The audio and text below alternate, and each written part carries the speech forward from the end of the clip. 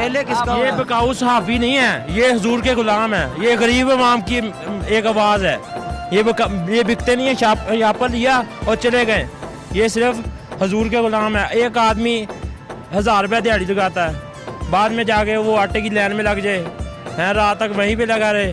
कहाँ की गैरत है? यही मैं कहता हूँ। हमारी शहजादियाँ, बेटियाँ, माएँ बहनें शहजादियाँ होती हैं घरों की, शहजादियों को लाइनों में लगे देखा। खुदा की कसम मैं अपनी आंखों से देखा है, वो रो रही थी, या अल्लाह हमारी कोई मदद करे। और यार कहाँ की सहाफत है आप लोग? आप लोगों को सहाफत के नाम पे आप डब्बा है, मैं आपको डब्बा बोलता हूँ। मैंने खुद देखा यार, खुदा की कसम।